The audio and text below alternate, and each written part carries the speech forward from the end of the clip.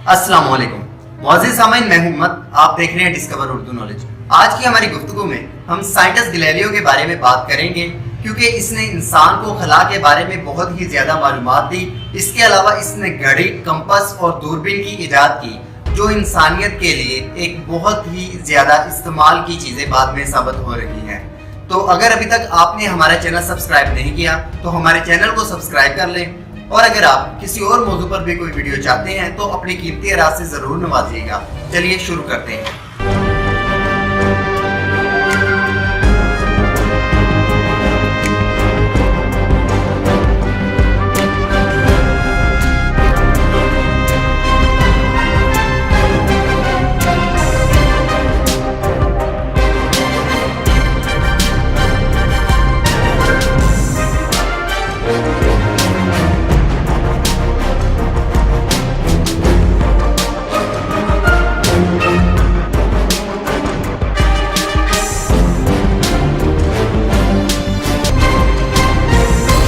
मुअज़्ज़िज़ सामीन, शेक्सपियर और गैलीलियो ने जो 1564 ईस्वी में यूरोप के दो मुख्तलिफ कोनों में पैदा हुए थे, अलग अलग सिमतों से 16वीं सदी के ज़हनी इनकलाब की रहनुमाई की। इंग्लिस्तान के अदीब ने इंसानी एहसासात को एक नई ज़ुबान दी और इटली के साइंसदान ने साइंस को तोहम परस्ती रवायात के बंधन से आज़ाद किया। मगर साइंसदान की जदोजहद ज़्यादा मुश्किल थी। गैलीलियो से पहले रॉजर बेकन, कोपरनिकस और ब्रूनो जैसे साइंसदान अरस्तु की ज़हनी सल्तनत के खिलाफ नाकाम बगावतें कर चुके थे। 70 बरस के बुढ़ापे में गैलीलियो ने ज़मीन की हरकत के बारे में अपने ख्यालात का ऐलान करने की जुसरत की, मगर सजाए मौत के डर से इसने अपनी राय के गलत होने का ऐलान किया, क्योंकि ये राय अरस्तु की राय से हम आहंग ना थी। मगर इसने रवायती साइंस के एक एक सतून को इस जोर से झंझोड़ दिया कि इसके बाद आज़ाद फ़ज़ा में साइंस के फ़रोग़ का एक नया दौर शुरू हो गया, और गैलीलियो ही ने जदीद तजर्बाती साइंस को मजबूत बुनियादें अता की। एक लिहाज से साइंस अरस्तु की गिरफ्त से आज़ाद हुई, मगर कुस्तुनतुनिया पर तुर्की के हमले के बाद अरस्तु और दीगर यूनानी फ़िलासफ़रों की तहरीरात के मुकम्मल मसूदे पहली बार यूरोप को दस्तयाब हुए, जिसने अहयाए उलूम की तहरीक को जन्म दिया। पुराने इल्म की अंधाधुंध तकलीद की बजाय इसकी नई तशरीहात और तहकीकात शुरू हुई।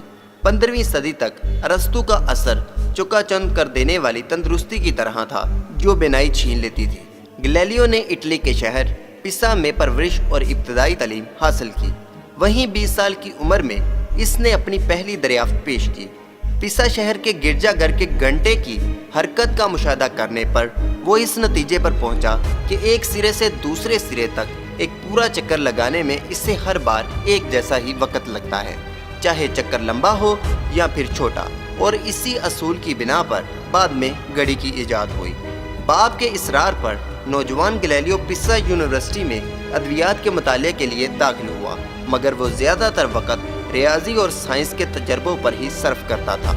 इसके प्रोफेसर इसी वजह से इस पर नाराज़ रहते थे कि वो अरस्तु के ख्यालात पर नुक्ताचीनी करता था। इन्होंने इसे डॉक्टर की डिग्री देने से इनकार कर दिया। कई सालों की कोशिश के बाद इसे 25 साल की उम्र में 25-30 रुपए माहाना पर हिसाब पढ़ाने की नौकरी मिल गई, मगर यूनिवर्सिटियों के साथ इसका झगड़ा ख़त्म ना हुआ, क्योंकि इसने अरस्तु की तालीमात को चैलेंज करना तुर्क ना किया था। अरस्तु की तरदीद करते हुए गैलीलियो ने ऐलान किया कि मुख्तलिफ वज़न एक जैसी ऊंचाई से ज़मीन पर गिरने में एक जैसा वक़्त लेता है।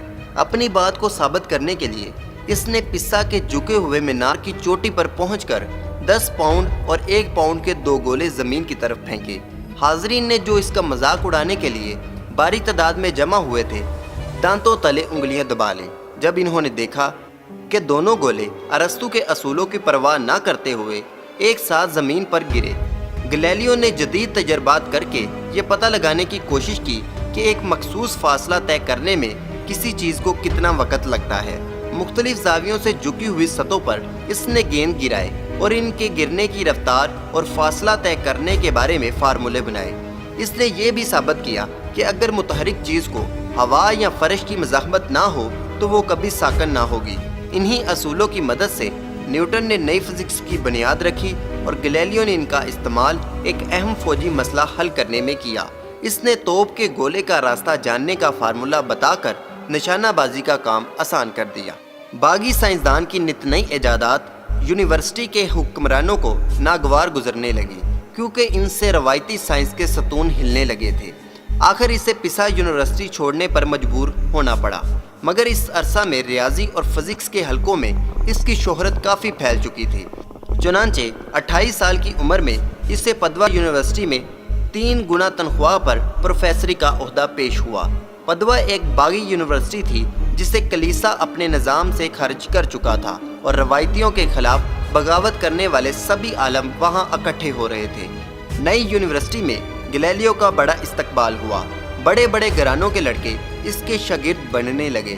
سائنس کی تحقیق جاری رکھنے میں اس نے آزاد فضا کا پورا استعمال کیا۔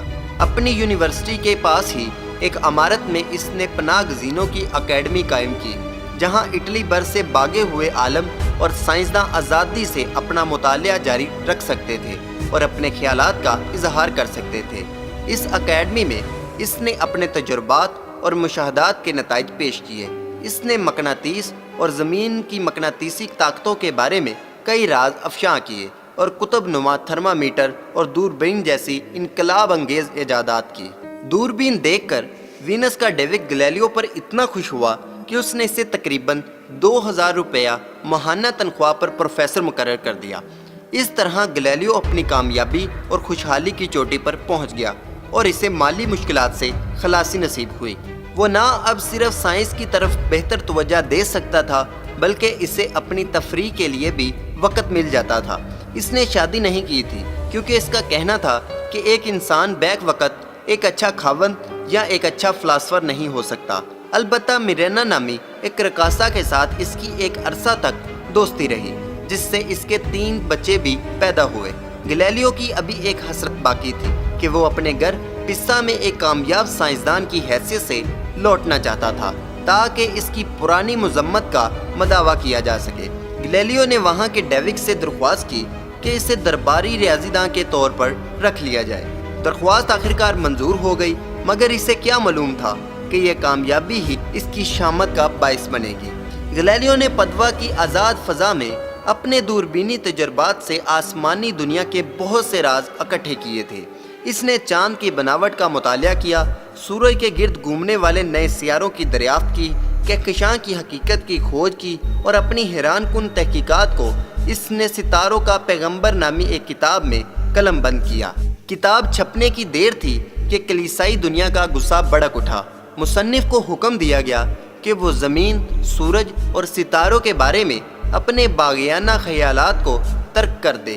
اسے یاد تھا کہ چند سال پہلے ہی برونو نامی سائنسدان کو اس کے سائنسی خیالات کی وجہ سے زندہ جلا دیا گیا تھا۔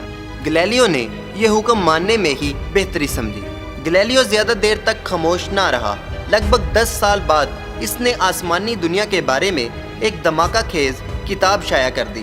کلیسا نے آگ بگولا ہو کر اسے فوراً اپنے دربار روم میں حاضر ہونے کا حکم دیا۔ بیماری اور بڑھاپے میں وہ نیم مردہ حالت میں وہاں پہنچا۔ 22 جون 1633 کو اس نے سزائے موت سے بچنے کے لیے اپنی غلطیوں کا اقبال کیا اور اعلان کیا کہ زمین سورج کے گرد نہیں گھومتی۔ گلیلیو کی زندگی بخشی گئی، مگر اسے جیل میں ڈال دیا گیا اور اس کی سب کتابیں ضبط کر لی گئیں۔ زندگی کی آخری گھڑیوں میں گلیلیو کے ہاتھ میں اس کا آخری اور بہترین شاہکار پہنچ چکا تھا، مگر وہ اسے دیکھ نہیں سکا، کیونکہ اس وقت جیل کی کوٹری کی تاریکی اس کی آنکھوں کی ساری روشنی جذب کر چکی تھی۔ اس کے بعد 1644 تک اسی کوٹری میں اس کی باقی جسمانی قوتیں بھی ختم ہو گئیں اور وہ زندگی کی بازی ہار گیا۔ تو دوستو، امید کرتا ہوں آج کی ہماری یہ کوشش آپ کو اچھی لگی ہوگی۔ اگر آپ کو یہ ویڈیو پسند آئے تو ہمارے چینل کو سبسکرائب کر دیں۔ تب تک کے لیے اپنے دوستوں اور رشتہ داروں کا خیال رکھیے۔ اللہ حافظ۔